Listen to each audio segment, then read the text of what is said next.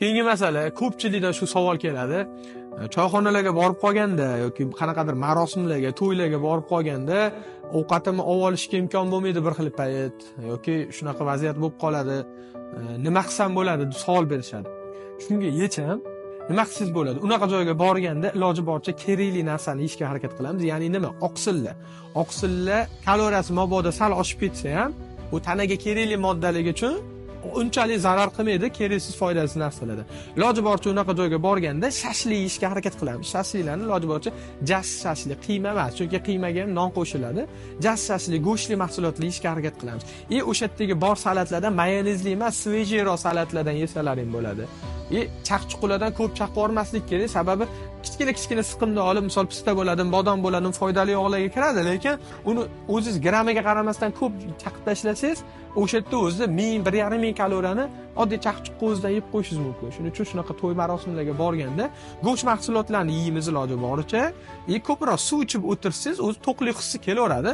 Suv yoki choy, ko'k choy oddiy ichib, o'sha yerda salatlar bilan iloji boricha o'tkazib olinadi. Shunaqa holatlarda shuni yesa bo'ladi, grill yesa bo'ladi. KFC yeb bo'lmaydi. Tovuq mumkin ekan turib KFC yeyish kerak emas, chunki tayyorlanishiga qarab turib uni tarkibi o'zgarib ketadi. Ya'ni nima bo'ladi?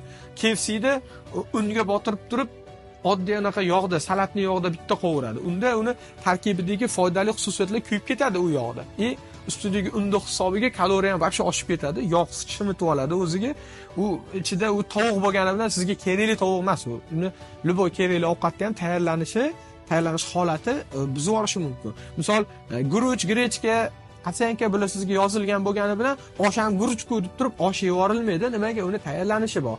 Tayyorlanishda u yog'larga qilingani uchun u yog'ni o'ziga singitib olgan guruch sizga foydali uglevod bo'lib ishlab bermaydi. Shuning uchun foydali mahsulotlarda ham tayyorlanishiga qaraladi. Qovurilishda o'zi iloji boricha zaytun yog'iga qovurish kerak. Sizlarni ko'pchiligiga bergan dietamda qovurilgan narsa bermayman. Men nimaga? Maksimalli organizmni hazm qilinishini yaxshilash uchun. Sababi qovurilgan narsadan ko'ra parda pishgan yoki qaynatilgan narsani organizm yaxshi oson hazm qiladi. Hamma ichidagi foydali moddalarni oladi. Ortiqcha vazni bor odamda gormonlar po-любому buzuq holatda bo'ladi, metabolizm sekin bo'ladi. Shuning uchun metabolizm holati yaxshilanib olguncha iloji boricha parnoy, duxovkada yoki parda pishgan qaynatilgan narsalar yeb turib organizmni metabolizmini tezlashtirib sog'lom holatga olib kelib olganda, keyinchalik zaytun yog'iga qovurib yesangiz, ana bu foydali xususiyati qoladi. Zaytun yog'i bilan foydali yog'larga kirgani uchun uni zarari bo'lmaydi. Mabodo shunaqa holatda ham baribir to'yga yoki bir marosimga borib turib, keraksiz ko'p ovqat yeb qo'ysiz, nima qilasiz? Ertangi kundagi hamma uglevodni olib tashlaysiz, faqat oqsilli narsani yeysiz, kletchatkalarni yeysiz, ya'ni salatlarni yeysiz, ertangi kundan boshlab turib yurish ko'paytirasiz. Iloji boricha kamida 10 kilometr, 15 kilometr yurib, u yegan kaloriyangizni siz bilmaysiz qancha yeb qo'ydingiz. O'rtacha bitta to'yga borganda men o'zim hisoblab ko'rganman. Hisoblab turib yeganman o'sha noto'g'ri narsani. Odatda odam qancha yeydi hisoblab ko'rganimda o'rtacha 5000-6000 chiqib ketgan. Endi tasavvur qiling, siz haftalab qilgan defitsitingizni bir kunda rasvo qilib qo'ydingiz.